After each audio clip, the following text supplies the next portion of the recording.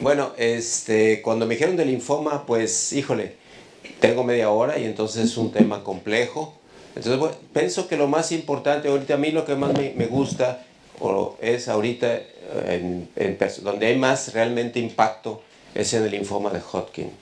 Y es en donde me voy a referir un poquito más. Y trataré al final un poquito de el linfoma de Hodgkin, que es algo un poquito más bien, más definido. Bueno, estos algunos datos un poquito no son tan nuevos, pero no han cambiado prácticamente. Esto es lo que tenemos ahorita. Esto varía dependiendo de algunas zonas del mundo. Puede ser en lugares que sean 60-70% de supervivencia. Esta es la incidencia en aquella época en Estados Unidos. Y aquí tenés esta estadística norteamericana y el impacto que tiene el Hodgkin, que aunque es una enfermedad muy curable, quizás la que más tranquilidad nos da muchas veces, también vemos que muchos pacientes se van a morir y esto ha ido cambiando favorablemente a través de los años. Esto es, bueno, cómo esto ha ido evolucionando, cómo los centros de trasplante en los países de la Europa y Estados Unidos predominan. En Latinoamérica se veía un poquito menos, un poquito más en Brasil. Aquí tenemos toda esta información que en el 2015 ha ido cambiando. En México ya hay un poquito más registrados. No quiere decir que sean los únicos, pero son los que informan al CIBMTR. Y obviamente el linfoma de Hodgkin, aquí está. La inmensa mayoría de los trasplantes, o la mayoría, el 90% probablemente son autólogos, pero los alogénicos no son una situación despreciable, mientras que en no Hodgkin hay un poquito más de alogénicos, pero el autólogo sigue siendo la número uno. Tomen en cuenta que después del mieloma, fíjense cómo no Hodgkin y Hodgkin ocupan un sitio importante. Y aquí están los cambios que ha habido en la supervivencia de los linfomas para el linfoma de Hodgkin, y vemos cómo si eres sensible a la quimioterapia, o ahora si tienes un PET negativo o cerca de negativo, tienes una mejor supervivencia que si no. En cuanto a autólogo, en cuanto al génico, no parece ser una gran diferencia, pero la supervivencia no es tan halagüeña, aunque esto puede estar cambiando. Entonces, vamos a ver un poquito ahorita, a revisar un poco lo que está pasando. Supongamos, la primera idea es que tenemos la idea de que, bueno, nosotros trasplantamos un paciente de linfoma cuando hay una recaída o hay refractariedad, pero a alguien se le ocurrió consolidarlos, ¿verdad? Entonces, si es de alto riesgo, si es una bulky con síntomas, etcétera, ¿por qué no consolidarlo? Como en los mielomas. Y aquí tienen ustedes que se intentó esto.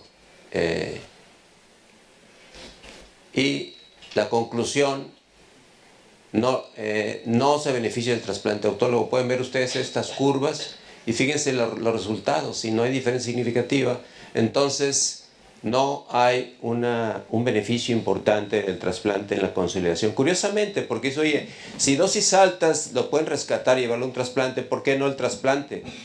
Si está en la situación, pues no hay, no había un cambio favorable. Creo que esto ya. Entonces,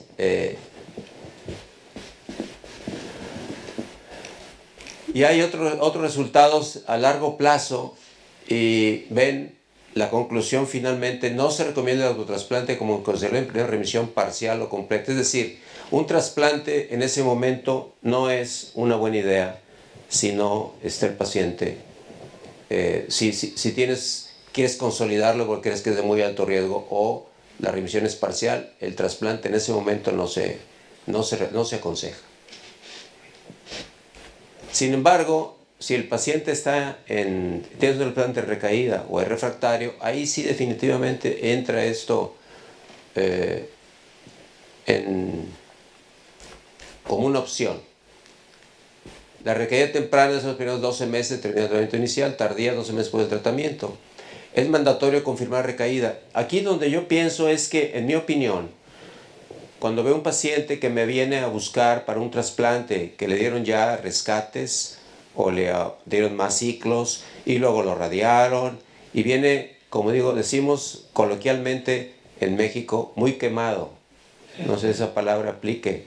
Sí, es como que lo quemaron, ¿verdad? Ya trae muchos problemas. Y acuérdense una cosa muy importante de Hodgkin. El Hodgkin te da muchas opciones cada vez más para que sigas adelante. Entonces es muy importante elegir muy bien. Si no eliges muy bien, ese enfermo va a tener problemas posteriormente. Entonces, como decía alguna vez, en anemia plástica con la inmunosupresión sin trasplante, vas a prolongar lo inevitable nada más. El enfermo no se va a morir del linfoma, pero se va a morir de cardiopatía, de una segunda neoplasia, de algún otro problema y su calidad de vida no va a ser la misma. No sé si a ustedes les ha tocado ver pacientes radiados para curación de Hodgkin. Yo sí los he visto y se ven hasta deformes, ¿verdad? Los que radiaban así en Y y luego en manto, cuando eran jóvenes, una cosa verdaderamente atroz. Todavía tengo por ahí algún paciente que vigilo que en Estados Unidos le quitaron el vaso para el estadiaje y le dieron radiación y ahorita tiene neoplasias secundarias en piel, tiene cardiopatía y tiene 40 años de edad y él fue tratado a los 18 años, ¿ok? Está estéril. Entonces, uno tiene que saber cómo hacer. Entonces, mi opinión, y desde ahorita les digo, es que el paciente que está en recaída, tienes que pensar rápidamente en cómo hacer el mejor tratamiento posible para rescatarlo y trasplantarlo. Ese es así en general el comentario. No estés haciendo demasiadas cosas, ¿ok? De hecho, yo dejo muchas veces la radioterapia como complementaria después del trasplante si es que es necesario. Muchas veces lo vas a radiar, no logras lo que tú quieres y ya no tiene regreso esa radioterapia. Entonces tiene uno que pensar en esas cosas. De hecho, yo en mi institución, no sé si Blas algo me oyó decirlo, es, si estás pensando en radiar, estás equivocado. O sea, no quiere decir que estés equivocado en la verdad, pero piensa, no voy a radiar. Y eso también lo aplicamos en mieloma. Ahorita en el caso de mieloma no quise comentar que alguien lo radió, no sé por qué lo radiaron, si el tratamiento es muy bueno. Entonces, a menos que sea algo muy especial, una cosa intolerable. Porque ¿qué hace la radiación, por ejemplo, en mieloma? Pues quita las células plasmáticas, pero no quita el daño del hueso. Entonces te ayuda para que sea el dolor un poquito más rápido, pero eso lo hace la dexametasona en 4 o 5 días generalmente. En fin, la idea es no radiar, en mi opinión, si no es totalmente indispensable y crees que eso va a cambiar la vida del paciente. Hay factores de mal pronóstico, miren ustedes, aquí están. La recaída rápida, lo típico que todos sabemos, que síntomas B, enfermedad extraordinaria, recaída menos de 2 meses, y al momento de recaída otros factores que pueden influir, incluyendo la edad, anemia, etc. Y aquí tienen ustedes de acuerdo a las circunstancias, lo que puedes ver en este estudio, ¿ok? Y cómo, vean todo. Una cosa interesante de este diapositiva es todas las quimioterapias que se usaron diferentes y luego las de segunda línea también diferentes. Obviamente, la época aquella la época del MOP, como ahí me acuerdo mucho yo de Vincent de Vita, el que hizo el MOP. Yo llegué a usar el MOP en los 80s y era una cosa terrible, un mal que no le deseo a nadie. La gente vomitaba, no había catéteres, se quemaban las venas, era así horrible. Tratar un Hodgkin con MOP era... El paciente iba llegando a la clínica y iba doblando la cuadra y ya tenía náuseas, porque los jóvenes disfrutan del ondansetron y otras cosas, pero nosotros no teníamos al principio ondansetron, los que tenemos canitas. Entonces era horrible. Así es que esta es una época toda para ser hematólogo, ¿eh? Así es como dijo le dijeron al soldado Ryan, earn it, merezcanlo, ¿ok? Que no fue así. Y Vincent de Vita decía una cosa interesante, y eso se lo oí en una conferencia. Decía que para ser hematólogo era importante tener información, imaginación, perseverancia y a little luck, un poquito de suerte. Entonces, pero ahí entra la imaginación, que yo lo consigo como creatividad. Y eso en Latinoamérica, cuando tenemos tantos recursos, créanme que es muy importante. Y aquí tienen ustedes el estudio multicéntrico, retrospectivo, no randomizado, no fue superior en valores quimioresistentes. Y en estos casos, el paciente puede ser útil el trasplante alogénico con acontecimiento no mieloablativo, porque ustedes saben que el mieloablativo es más tóxico en Hodgkin, particularmente en Hodgkin. Yo creo que hay bastante acuerdo que el no de intensidad reducida es más noble y puede ser suficiente. Y aquí tienen ustedes otros datos de 256 pacientes en que sí se logra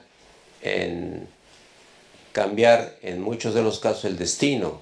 Curiosamente es un estudio, obviamente en otra época, por eso lo pongo, en que ya es otra versión. Hay otros acondicionamientos y otras segundas líneas, y entonces células de sangre periférica sí se nota la diferencia.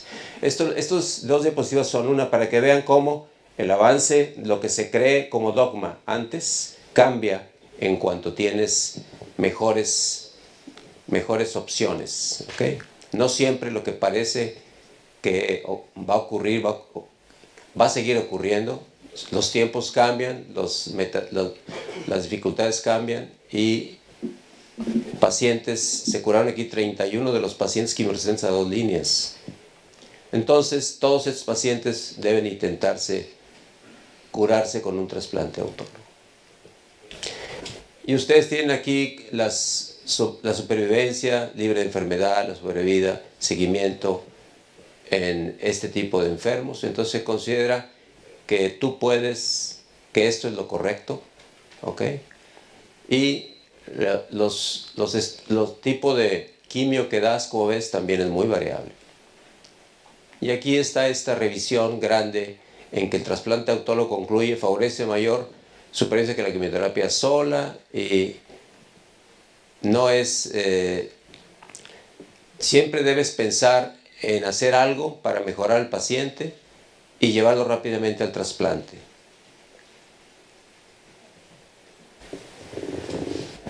Entonces, ahora, en estas guías del 2015 que no han cambiado mucho, ¿cuál es el esquema de rescate? Trasplante autólogo. Y además de, para llevarlo al trasplante, aquí tienes estas 4 opciones que yo creo que cada quien tiene que utilizar de acuerdo a su experiencia. Cuando me dice, ¿usted cuál utiliza? Pues la que tú quieras. ¿Cómo? Pues la que tú quieras. Tú puedes usar la que tú quieras, nada más hacerla bien, número 1. Y número 2, ¿qué tienes de acceso? Y ya una vez con eso, familiarizarte con esa opción y seguirla usando. No parece haber ninguna que sea superior a otra. Esta parece ser muy buena, por ejemplo, pero es más cara.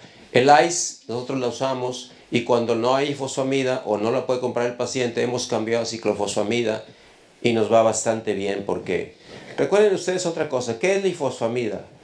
Pues es una droga prima hermana de la ciclofosfamida. Alguien inventó el ICE y dijo, pues aquí está el ICE, y funcionó. Y es como el BIM.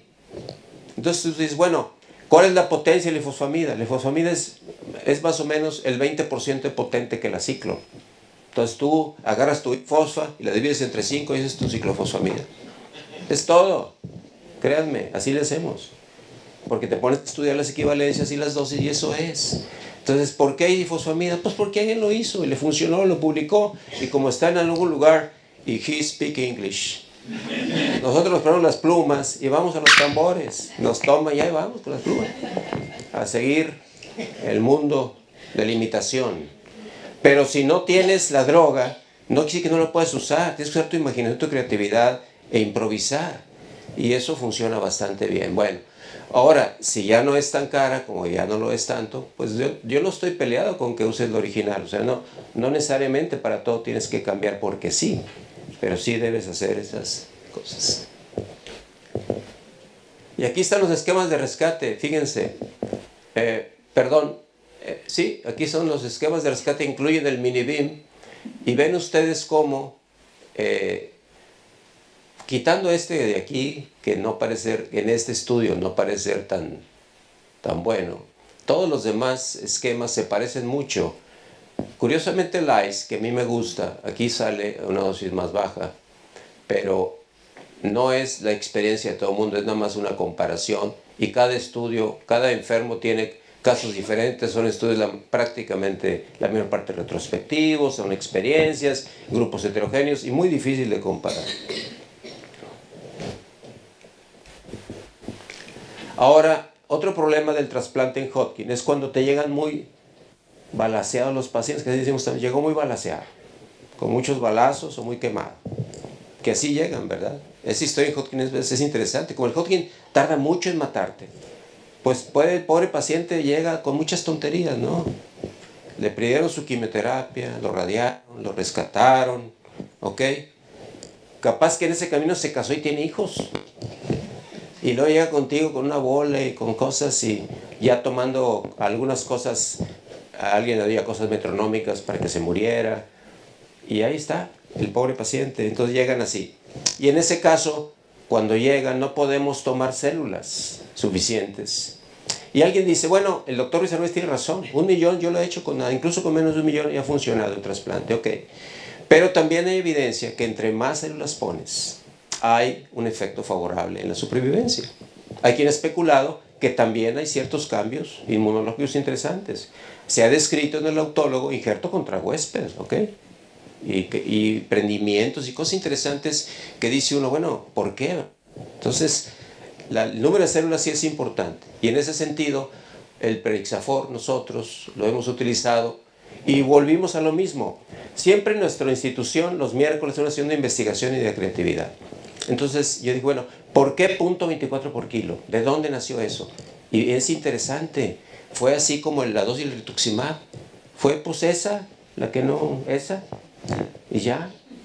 ¿Verdad? No hay una base exactamente por qué. Entonces tú dices, bueno, si en el G yo puedo usar 5 por kilo, 10 por kilo, hay quien usa 16 por kilo, ¿por qué acá no moverlo, verdad? Entonces decidimos bajarlo a la mitad. ¿Por qué? Pues porque sí también, ¿verdad? La mitad. Porque una ampolleta casi siempre sirve para un adulto y la misma ampolleta sirve para 2 adultos, ¿ok? Si lo bajas a la mitad. Y como ya viene en preparación líquida, no hay que reconstituirlo, lo sacas y lo metes al refrigerador y te dura el tiempo que tú quieras y lo puedes volver a usar cuando tú quieras. Y entonces hicimos este estudio y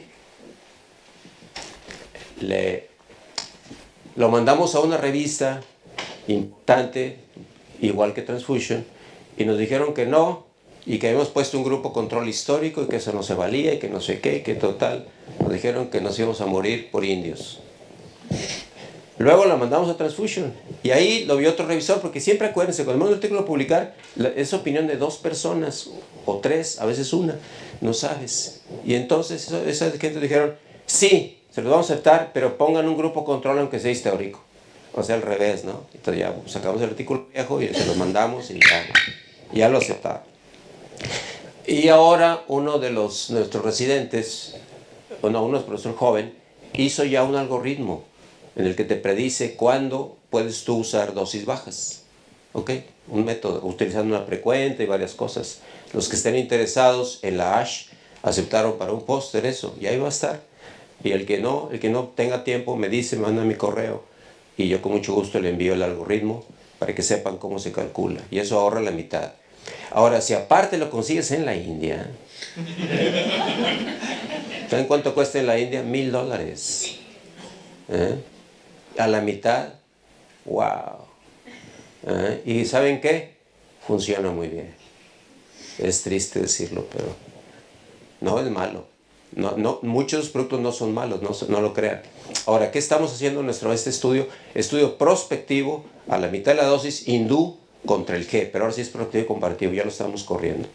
¿Ok? Ese sí espero que vaya a una revista más importante, porque créanme, cada vez publicar en revistas de impacto es más difícil y más difícil para nosotros, los del tercer mundo, porque pues tenemos igual que los chinos esa idea de que no hacemos tan bien las cosas, que somos más light. Todo eso implica, cuando un país tiene corrupción, como en Latinoamérica es muy común, la imagen que tienen de nosotros es subliminal, si ustedes quieren, así es. Entonces es más difícil que nos acepten cosas. Ahora, también es cierto, cuando ya publicas muchas cosas, con nuestro grupo ha publicado mucho, también sientes que te tratan un poquito mejor, porque como que dicen, es que estos cuates sí... Bueno, este está ahorita, ya lo pueden ver, está en electrónico, todavía no sale publicado oficial, pero ya está en electrónico, ya lo pueden conseguir y revisar, ¿ok? Y bueno, aquí tienen ustedes, todo el mundo sabe que el brentuximab es muy bueno, no es así una maravilla, aunque miren esto, miren cómo a pesar de eso va bajando. Tampoco es así perfecto y cuesta mucho dinero, entonces uno también tiene que ver hasta dónde uno va a utilizar esta droga en esta forma, ¿ok? Ciertamente es mejor, pero...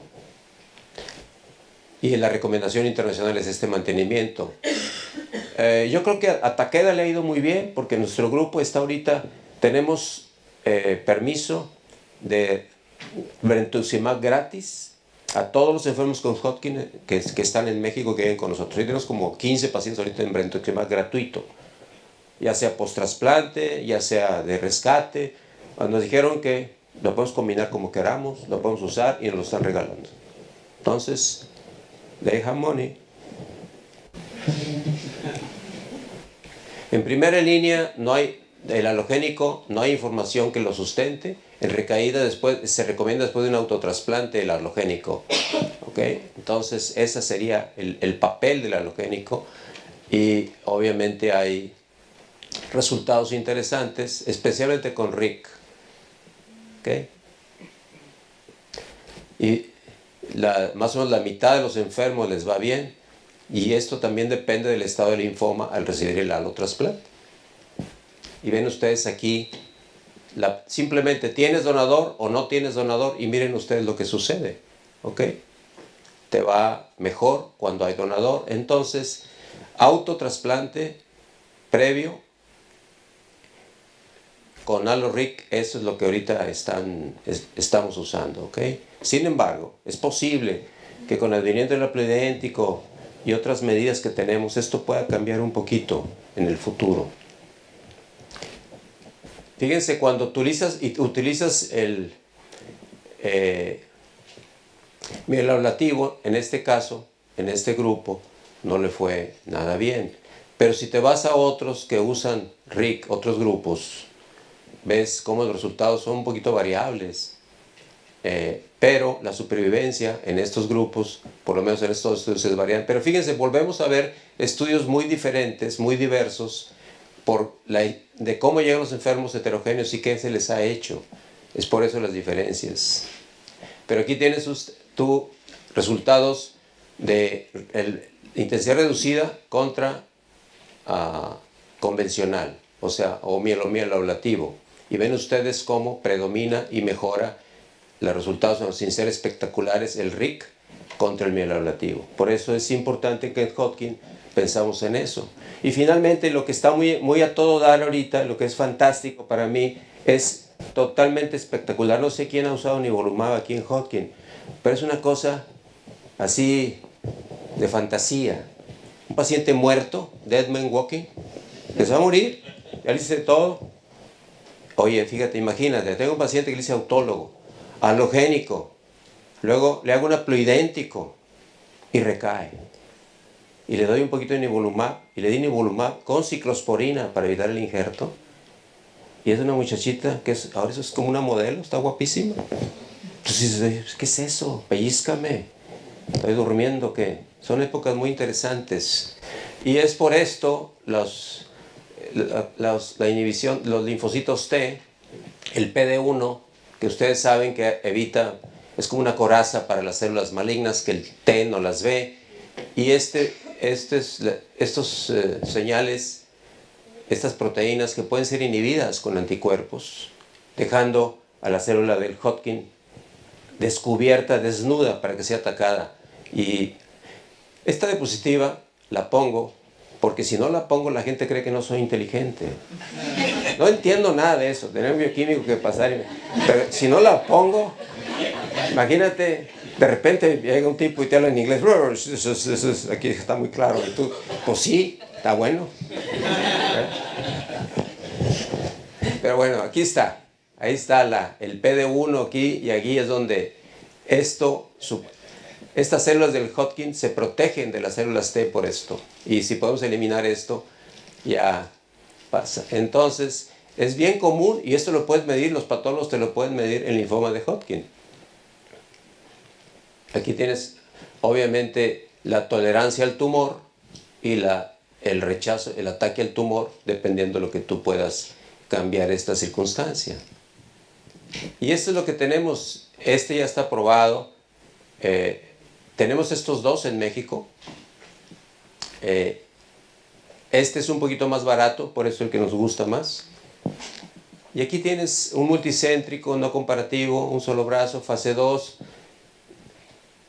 en combinación del nivolumab y el brentuximab, que esa combinación es muy buena, es a todo dar.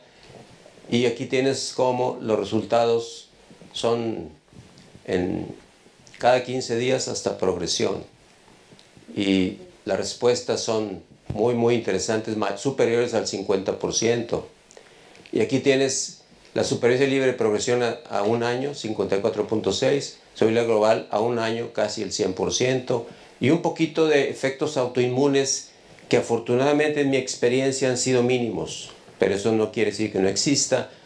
Puedes tener enfermedades autoinmunes provocadas por estos productos. Y miren, este paciente es un jovencito que es músico y empieza a actuar ya ahorita. Empezó muy jovencito, de 14, 15 años, y intermedio negativo, recayó, rescate con IGEV, trasplante autólogo, recaída, progresión, brentuximab, progresión, y pasamos a nivolumab. Y miren, esta es la foto antes, con estas lesiones, y esta es la foto después. ¿Y qué hicimos con él? Trasplante alogénico idéntico, sangre periférica, su hermanita, ciclo post-trasplante, le dimos en este caso para H, vivo, respuesta completa, tuvo un poquito de H crónico, recibió ya ahorita el Jakavi, que es muy bueno para injerto crónico, ya lo verán después, y está ahorita, wow, muy bien, tiene ya un par de años, libre de linfoma, está a todo dar. Entonces, eso es lo que te digo, que estos enfermos no los veíamos antes así. Este es otro muy interesante. Miren, un problema que tenemos en Latinoamérica, no sé ustedes, pero nosotros sí tenemos este problema. Linfoma difuso de células grandes B, que no era linfoma difuso de células grandes B. En México hay pocos hematopatólogos. ¿El patólogo general qué es? Pues alguien que tiene que ver muchos tumores, ¿verdad? Entonces, ¿qué hace un patólogo general? Ve un tumor, y ve cabeza, y ve cuello, y ve una hepatitis, y ve un riñón, y pues pobrecito, ¿no? Y luego le llega un linfoma. Y el corte, y la calidad, y los anticuerpos, es una serie de variables inmensas, y lo tienen que firmar, no es como nosotros. ¿Y usted cómo ve? Pues no hemos llegado al diagnóstico, estamos estudiando. Tú puedes decir eso, es válido. Es una fiebre en estudio, alguna cosa así, ¿no? Es más, le puede echar la culpa. Es que el patólogo no me lo ha reportado, señor, por eso. Pero el pobre patólogo tiene que firmar y va contra el reloj, y tú le estás llamando. Entonces firman lo que Dios les da a entender a veces. Por eso decimos, el patólogo son personajes interesantes, con todo respeto, ¿eh? ¿Saben qué le dice el patólogo a la noche de novia, a la novia a la noche de bodas? Hazte la muertita.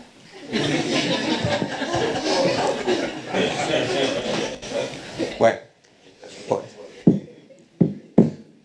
entonces aquí está Hodgkin, era un Hodgkin, ABVD, progresión, ICE, autotrasplante, respuesta completa con PET, recaída rápidamente en 6 meses, muy sintomático, gencitabina, vinorelbina, refractario, esquema metronómico, porque el paciente ya no quería saber nada, ni de doctores, que quería morir.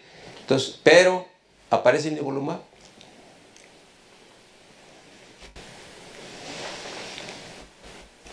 Y así estaba, miren, todo esto tenía de actividad y muchos síntomas. Y miren, es un CAR T-cell, nada más que, pues eso es. Son células T que ahora reconocen el tumor. Y lo limpiaron, miren, es fantástico. Es lo que hace un trasplante realmente cuando lo puedes lograr. Tú dices, ok, ¿de cuánto tiempo tengo o de qué dispongo? Entonces dices tú, yo tengo limitaciones económicas, ¿y qué trasplante voy a hacer? ¿Un autólogo? ¿Un enfermo con mucha resistencia? ¿O mejor me voy directo a un halogénico?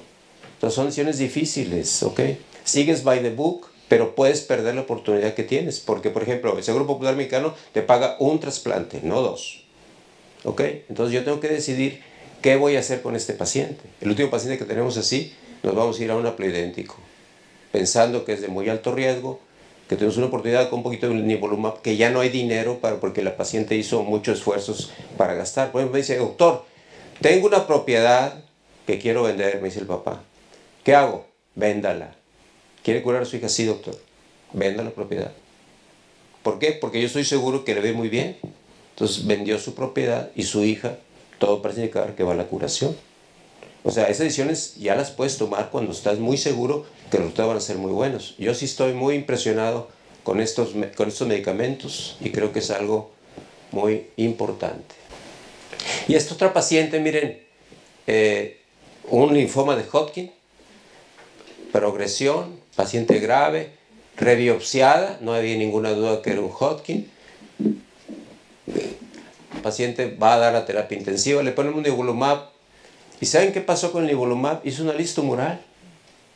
Hizo datos de lista tumoral. Mejora clínica importante, gracias al hospital, 6 ciclos más. Así estaba, con estas lesiones grandes, y así quedó. Entonces, este paciente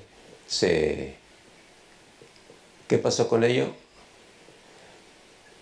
Progresión por imagen clínica sin síntomas B, brentuximab de nivolumab, esquema K22, mejoría clínica, sinopenias palpables. Estaba pendiente un PET, ya se hizo, el PET es negativo y la paciente no aceptó trasplante. Entonces, está ahorita muy bien. Estamos esperando a ver qué le pasa con la evolución, no sé qué vaya a pasar. Y este estudio, para los que quieren gastar poco, es de Hong Kong. Entonces no sé qué valor darles, pero ahí está, miren. Usan, en lugar de 3 por kilo, que es la dosis habitual del nivolumab, usan 1 o menos por kilo. Nosotros ya lo intentamos y es difícil saber cómo nos está yendo, pero bueno, alguien podría... esos estudios, lástima que no podemos nosotros en Latinoamérica ni siquiera ponernos de acuerdo, ni siquiera en nuestro país, ¿verdad? Porque yo les digo, vamos a hacer esto. No, porque mi comité de ética no lo va a aprobar, el mío sí, pero el tuyo no. No sé si les pasa esto aquí. Entonces, es un problema. Imagínate, podemos hacer estudios interesantísimos con dosis bajas ahorrando dinero. ¿Ok? Ya en México me dicen el dosis bajas voy. Para todas dosis bajas. Pero bueno.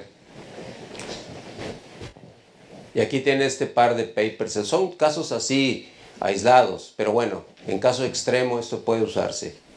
O algunos son de Hong Kong, son japoneses. Y aquí están las conclusiones.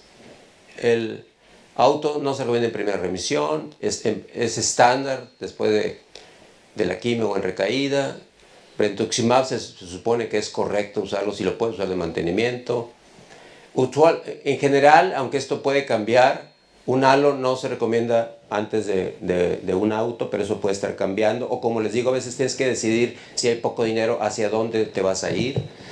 En dirección de requerida post-autotrasplante. Esta es maravilloso, o por lo menos ha sido para mí. Ahora, post-trasplante te puede dar injerto contravenoso, es muy grave. Entonces ya nos pasó y tuvimos una muerte por ello. Eso lo usas porque no te queda otro remedio. Tenemos el otro caso que le dimos ciclosporina, lo cual no es nada convencional. Le dimos 3 días o 4 días antes de ciclosporina, le pusimos y la paciente respondió y está sin injerto. Entonces ahí el problema es hasta dónde va a sostener la ciclosporina. Pero es algo que nadie sabe. En fin, ¿y a dónde va esto? A esto, miren. Es tan bueno que probablemente va a cambiar el destino del Hodgkin, en mi opinión. Tarde o temprano, alguien lo va a hacer en primera línea. Si te rescata enfermos terriblemente graves, ¿por qué no usarlo en primera línea? El problema es que es muy joven todavía, no sabemos hasta dónde vamos y qué va a pasar después. Entonces, con esos liberación de células T. Linfomas no Hodgkin ya porque ya por el tiempo yo creo que ya ya no puedo, no tenía mucho tiempo. Esta es nuestra práctica, autólogo en células grandes, halogénico en casos selectos, obviamente enfermos que no responden, de muy alto riesgo en recaída. En Manto nos gusta hacer autólogo de consolidación, ¿okay? Es algo que mucha gente está haciendo. Nos gusta, ahí sí, consolidamos con el manto es malito, es así una cosa intermedia en general, aunque hay formas muy indolentes. A mí sí me gusta hacer autólogo en manto, aunque esté en remisión completa. En halogénico nos gusta, la regla es, entre más agresivo es el linfoma, es autólogo. Entre menos agresivo en Hodgkin, es halogénico. ¿Okay? Pero no son perfectas y tú puedes hacer también autólogo ocasional en folicular. Para el haploidéntico, consideramos que es igual al idéntico. Y yo, por ejemplo, un hombre de 60 años y tiene un hermano de 58 y un hijo de 20, prefiero al hijo de 20 en lugar del hombre de 48. ¿Ok? O sea, siempre ya decidir en ese sentido es muy fácil. El mejor donador, en mi opinión, es un varón joven. No importa si es idéntico o si es haploidéntico. ¿Ok? Si ya lo tienes idéntico, qué bueno. No lo tienes, pero es haplo, úsalo. Te conviene. Va a tener muy buenas células, te va a ir muy bien, poco injerto. Y esta es también nuestra experiencia con trasplantes fuera del hospital, de intensidad reducida, en pacientes con linfomas, comparados con autólogos. Y miren ustedes, los no Hodgkin de alto riesgo, autólogos, muy bien, halogénicos porque eran casos peores, no tan mal, ¿ok? Pero estos enfermos de enfermedad muy avanzada no nos fue tan bien, ¿de acuerdo? En fin, esa es nuestra experiencia, especialmente las primeras experiencias que tuvimos en Hodgkin, ¿ok? Pero todo esto es también fuera del hospital. Ahora, cuando alguien se pregunta, ¿qué pasa con un paciente que se trasplanta ambulatorio? Porque miren ustedes, en México hacemos 1000 trasplantes al año más o menos, entre públicos y privados. ¿Por qué? Alguien me preguntaba, ¿qué se hace? ¿Por qué hay tan poquito? Debemos ser 6000 en México. En España hacen 2000 al año, con 40 millones. Otros debemos ser el triple. Pues somos 120 millones, un poquito más. Debemos ser 6000. Entonces, ¿qué pasa? ¿Por qué no los hacemos? Pues porque los cuartos no alcanzan. Gente que sabe trasplantar sí hay. Yo gradúo 3 por año y todos salen con 80 trasplantes en su haber. Entonces el problema es, ¿qué pasa? No hay cuartos. Entonces tiene uno que adaptarse y buscar otras soluciones, y eso es muy importante. O sea, no hay suficientes cuartos para los que requieren un trasplante, y no es raro que se mueran esperando. El otro día en Argentina, aunque este comentario me decía alguien, mire doctor, no, en Argentina comparamos autólogos con, halogénicos de donador voluntario no relacionado, contra haploidénticos. No sé si los has oído esa información. Y nos fue mejor con los halogénicos voluntarios no relacionados que con los haplos. Entonces yo le dije, no, mira, no, ustedes creen que les fue mejor. Lo que pasa es que un halogénico que busca un donador voluntario tarda 4 o 6 meses en conseguirlo. ¿Y qué creen que pasa en los 4 o 6 meses? Se van a morir una buena parte. Entonces, ¿a quién estás trasplantando? A los que sobrevivieron. Lo mismo pasa con muchos resultados. Tú te esperas y llega a trasplantar a alguien que está muy bien. En esa espera se depura. Y tus resultados son un poquito sesgados hacia los mejores candidatos, que algunos, como dice Guillermo, y con toda razón, pueden estar curados. Una mieloblástica que trasplantes puede estar curada, la estás trasplantando en remisión y puede estar curada ya, no lo sabes. Y así por el estilo. Entonces, esa es la espera, hace eso. Y miren ustedes qué pasa con el autólogo fuera del hospital en este estudio, que no es el nuestro, no es de nosotros. Le va mejor en todos los aspectos a los outpatient que a los inpatient, ¿ok? Para aquellos que tienen miedo, aquí está. Y no son estudios latinoamericanos, son estudios norteamericanos. Ya ves, sacar los tambores, hay que poner las plumas e ir a escuchar también estas cosas. O sea, estas gentes nos están diciendo, miren, pobres individuos del tercer mundo, ahí está. Busquen cómo organizarlo, o sea, hay que organizarlo. No crean, en México es muy difícil. También yo entiendo otras cosas, que Hay lugares en que tú trasplantas y haces mucho otro trabajo. Entonces el trasplante es además de. Entonces cuando es además de, tampoco te interesa que haya tantos, porque pues es mucho trabajo, ¿verdad? Entonces, por eso hablo yo de que mi servicio está desmitificado. ¿Por qué lo hacemos así? Porque si no lo hiciéramos así, el paciente con trasplante no podríamos, los externos, con el trabajo, ¿ok?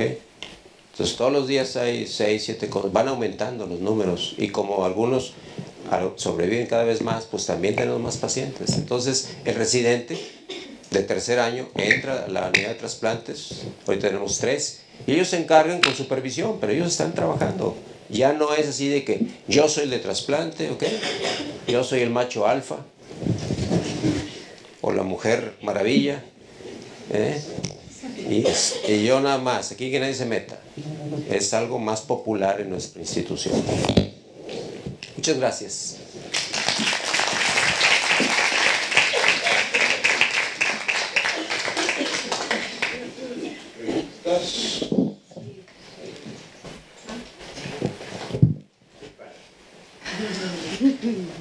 Bueno, nada más me faltó mencionarles esto que acaba de salir, que ustedes lo pueden ver en esta revista Bone Marrow Transplantation, en que acaba de salir este año, en estos pacientes idénticos, cómo nos va contra los haploidénticos. Debo decir que los haploidénticos son pacientes de mayor dificultad, y que hay algunos linfomas de peor escenario, que los estamos trasplantando porque ahora hay donadores que antes no había. Los idénticos son pacientes más seleccionados. Y por lo tanto, aquí tienen ustedes estos resultados en este estudio que muestran que no hay diferencia significativa, aunque hay una tendencia, pero la verdad nos va bastante bien ya con los haploidénticos, ¿ok? Todos son de ciclo post-trasplante. Y este es el hospital que tiene muchos años de haberse fundado. Se parece un poquito al Hospital Viejo de Massachusetts. Aunque esta es la parte antigua, la parte nueva está por atrás. Muchas gracias otra vez más.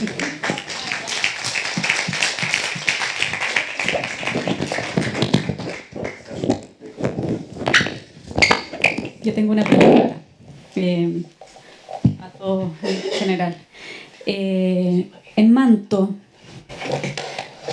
paciente FIT que ha recibido una terapia óptima, rituximab, dosis altas de Ara-C, y está en remisión completa o en respuesta parcial.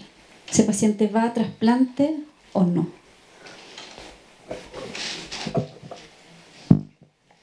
Le haría un autólogo y lo seguiría con talidomida de manera indefinida hasta progresión o hasta que se haga tóxico y lo cambiaría a lenalidomida. Nosotros hemos abandonado el autólogo en el Manto. A ver, ya no trasplantamos a los mantos. Las terapias estas con hipersivado o esquemas de este estilo, si van bien, los mantienen en remisión, pero hacemos a los que son refractarios primarios o que tienen una respuesta subóptima y son jóvenes, vamos a lo génico. Bueno, los pacientes que... Eso hay información que habla a favor del trasplante como consolidación.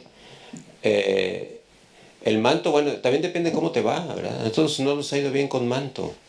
Y también depende si tú puedes o no puedes dar las terapias que son de primer mundo, que no siempre son tan fáciles, ¿ok? El hipercevat, como dijo Guillermo, tiene los problemas de que requiere mucho hospital y generalmente apoyo transfusional. Es casi imposible que un hipercevat se la pase libre en la casa, sin transfusiones y sin fiebres. Y entonces por esa razón a nosotros no nos gusta. No tenemos acceso sencillo a la vendamustina o al bortezomib, que son drogas. Entonces, todo depende de lo que tú tengas para tratarlos. Nosotros no tenemos el tratamiento ideal, que yo dijera ideal, y a mí me gusta entonces, cuando nos va bien, consolidarlos con un autotrasplante, que es algo bastante simple y nos ha ido muy bien. Entonces, yo creo que eso varía un poquito también. Las opiniones van a ser diversas. Así tú puedes administrar un tratamiento completo. Yo recuerdo mucho al doctor Canty Ray. ¿Le suena Canty Ray? Bueno, una vez estaba hablando en un highlights de ASH, ahí estaba yo presente, eso no me lo platicaron, yo lo escuché, y decía, el FCR, dice, es un esquema muy bueno el FCR, la fludarabina ciclorituximab, y te va a ir muy bien, pero tienes que vivir en Houston. Dice, porque si no vives en Houston, no te va a ir tan bien. Y se reía, ¿verdad? Entonces, ¿qué nos decía? Pues que el MD Anderson reportaba cosas muy buenas con el FCR, pocos problemas y pocas infecciones, porque estaba en sus manos. Y es como el Hiperceba. Tienes que tener una institución de mucho respaldo, muy buenas transfusiones, dinero, camas y gente que te cuide los pacientes para poder lograr esto, ¿verdad? Entonces no es tan simple. De hecho, nosotros en nuestro hospital nunca usamos el Hiperceba más que en casos seleccionados. Por ejemplo, Burkitt es con R Hipercevad, es muy buena, eso sí. Ahí sí me aguanto las toxicidades, pero son pocos pacientes, por poner un ejemplo. En fin, yo creo que eso depende ya de cada lugar. Probablemente la doctora Juan tiene razón, de que si tú tienes un muy buen tratamiento, lo hiciste perfecto y te fue muy bien, pues probablemente con eso tengas. Ahora, el manto como que tiene 3 versiones, uno muy agresivo, uno intermedio y uno indolente, ¿verdad? Que los indolentes van muy bien con todo. Y otro problema que tenemos ahora es el advenimiento de las nuevas drogas como el ibrutinib, por ejemplo, que tienes acceso, pues te puede cambiar mucho el panorama. Gasiva, que todavía no está muy bien definido su papel ahí. En fin, pero todo eso depende del dinero que tengas y los recursos. Entonces yo creo que el manto siempre es interesante porque tú vas a una conferencia de manto y sales más confundido que antes. Yo mejor no voy, porque si vas, sales, ¿qué escuché, verdad? Siempre encuentras que hay muchas opciones y nunca te queda claro exactamente cuál es. Por eso, como dijo el tipo, yo sueño con tratar Hodgkins de buen pronóstico y de linfomas de los grandes tranquilitos para dar mi CHOP y mi ABBD o lo que tú quieras y ya. Ya no quiero batallar, que está bien consolidado. Es más, hasta la mieloblástica, 7 más 3 y 2 al tercer.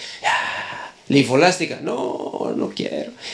Como decían los oncólogos norteamericanos, que casi ninguno trata linfolásticas en privado, porque es una lata. Que la intratecal, y que la medulita, y que la mínima residual, y que no. Es difícil. Pregunta. En el programa nacional incorporamos el trasplante alogénico en Hodgkin en recaída post-autólogo y con los límites de edad que tenemos, que hasta 45. En quimiosensible. No tenemos el halogénico en linfoma no Hodgkin. ¿Qué opinión tienen ustedes? El no Hodgkin es una bolsa diferente, difuso, folicular, transformado. ¿Qué opinan?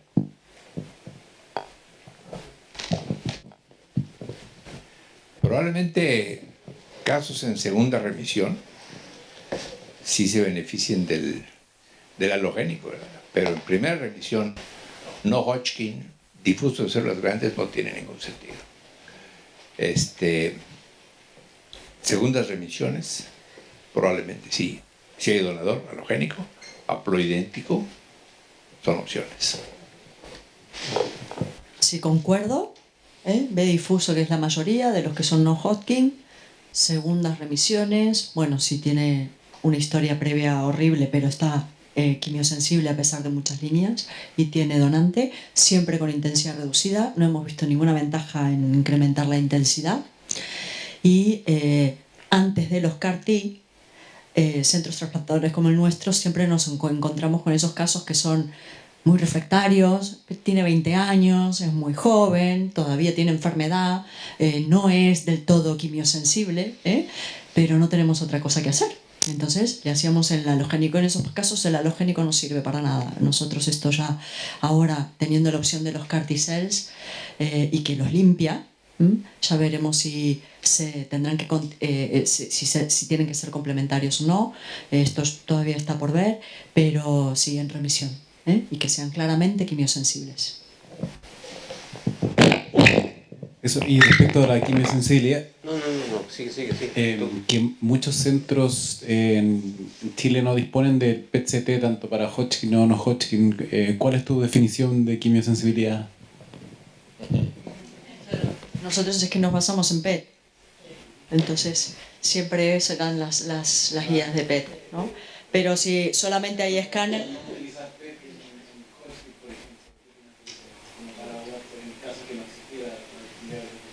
Si no está disponible, habrá que usar las viejas técnicas, ¿no? Y la disminución en proporción de las masas o las lesiones que tenga el paciente.